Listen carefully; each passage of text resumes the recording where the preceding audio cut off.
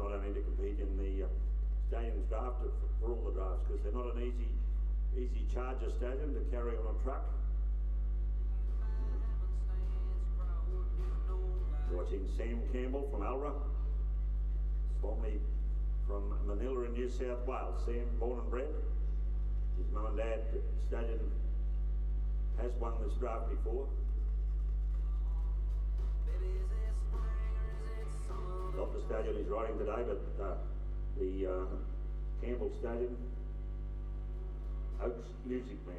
You remember him winning the Stallions draft here in the yesteryear. You're watching Jeffrey and Sonia Grant's Oaks Stylish Windstorm. Sam Campbell's in the saddle. The 21, 62 and 4. 21, 62 and 4. That'll be another 87. 21 cut out, 62 for horsework and 4 for the course. 87 for Oaks Stylish Windstorm and Sam Campbell.